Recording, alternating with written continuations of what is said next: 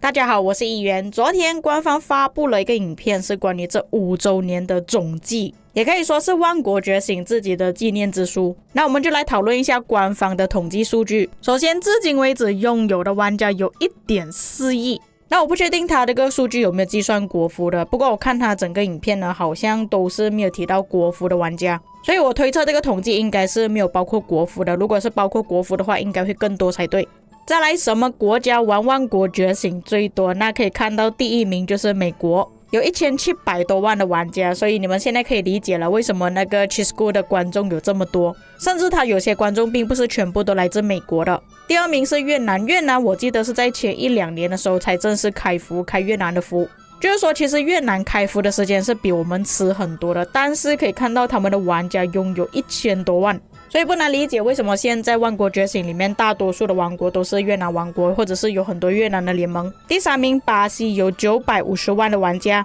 第4名俄罗斯有920万，第5名印尼有700万的玩家。那让我感到比较意外的就是为什么没有韩国玩家，因为我玩这个游戏的时候感觉好像四处都是韩国玩家，韩国的联盟，韩国的王国，就连我们现在先锋都有好几个韩国王国是排在前面的。可是根据官方的数据，这里前5名的国家里面居然没有排到韩国进去。目前玩家消耗在万国觉醒的时间总共有43亿2432万8640个小时，也足以证明这个游戏到底有多耗时了。换算下来差不多已经花了50万年的时间，也等于说1年就会花1万个小时在这个游戏上面，当然是全部玩家的计算啦。接着使用最多的兵种啊，没有想到步兵还是最多的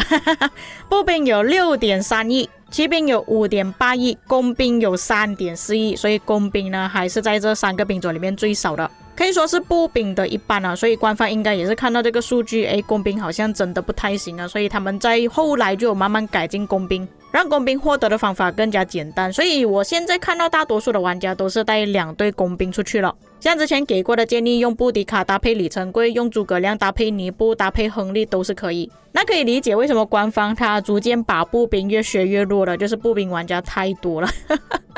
我就跟你们讲了嘛，官方他会根据数据来看的。那他看到大多数的玩家都是玩步兵，然后你们的装备啊、军器啊、皮肤那些全部都是拿步兵啊，他当然要出一些其他的兵种，让你们再花额外的钱去做其他兵种的装备之类的。不过看到最可怜的就是工程车7954万而已。那也因为工程车实在是太少人用，官方又不想要浪费这个兵种，所以最近就出了远程。但是我觉得官方如果真的要出远程的话，他的统帅设计真的必须要好啊。虽然说他出了2个远程统帅，但是这2个远程统帅感觉并没有太多玩家去练，而且他做那个远程的装备呢，我讲真的，如果官方他调整用兽骨可以做的话，或许用远程的玩家会比较多了，因为现在其实大家都不够材料去做装备了，再加上之前官方有说过装备部分呢会出2次觉醒嘛，所以恐怕那些玩家还是一样不够材料用的。所以工程车要普及开来真的会比较难了，但是我还是很看好工程车的。那实不相瞒，其实我本人呢已经开始在做工程车的装备了，不过是做紫色而已啊，金色我还不太敢弄。我个人的想法是，官方都已经设计这个兵种出来，没有理由就让它直接烂掉了嘛。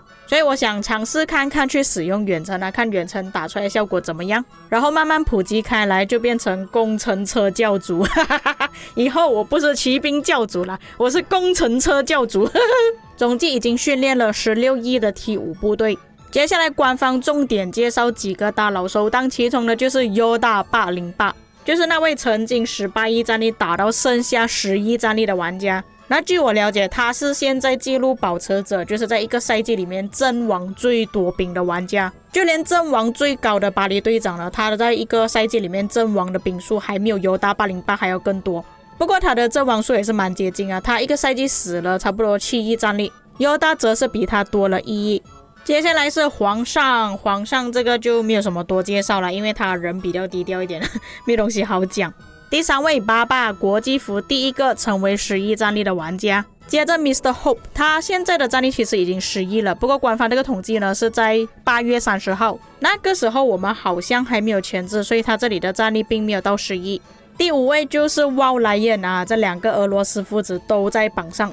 那他的情况就跟刚刚的 Mr. Hope 是差不多了，他们在前置刨冰才升上11战力。不过我不是很了解官方的标准是怎样的，因为咪咪其实也是有11战力，但是官方并没有介绍。接下来我觉得这个数据比较厉害一点，这16位玩家是已经把68个统帅全部都觉醒了。那这里可以看到几个熟悉的名字，像巴巴、本加明，不是，应该是说本加明这里就有2个账号了 ，Piggy 还有 Yoda 这几个我比较熟悉的名字，他们到底是哪里搞来这么多金头可以把全部统帅给觉醒啊？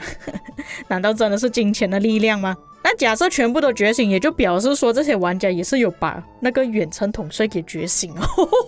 不过根据官方这边的截图，他这里有写到他的统计是到8月30号，那个时候刘彻应该是还没有出现，那就等于说这些玩家是已经把全部统帅给觉醒了，包括吕布。那刘彻刚出现，我觉得他们应该也是会把刘彻给觉醒了，所以严格来讲他们是已经觉醒了69位统帅。接下来这个数据才是真正的厉害啦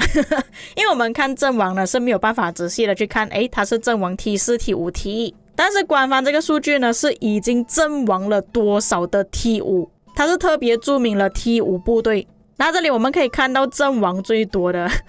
就是巴黎队长，他总共是阵亡了 3.2 亿。那据我了解，这个数据呢是在全服包括国服，阵亡最多的就是巴黎队长了，这个太厉害了。然后亚老的账号，也就是现在 Arvix 拥有的账号，阵亡了 2.7 亿。然后我们的乔治大哥，他原本是在1122的，他移民过去2244了，他现在的阵亡有 2.6 亿的 T5。第4位 MF 他总共是阵亡了 2.4 亿的 T5， 巴巴阵亡了 2.3 亿的 T5。那跟你们提一下，他这里的阵亡呢是每一个兵，并不是战力。也就是说呢，如果换算去战力的话，其实巴黎队长是已经损失了32亿的战力。也就是说对他来讲呢，其实要升到10亿并不是什么太大的问题，只是他不想要升到10亿而已。还有其他玩家，比方说Arvix 啊、乔治大哥还有 MF 呢，其实他们都可以升到10亿的。接下来目前战力最高的联盟，第1名1188，接着2377，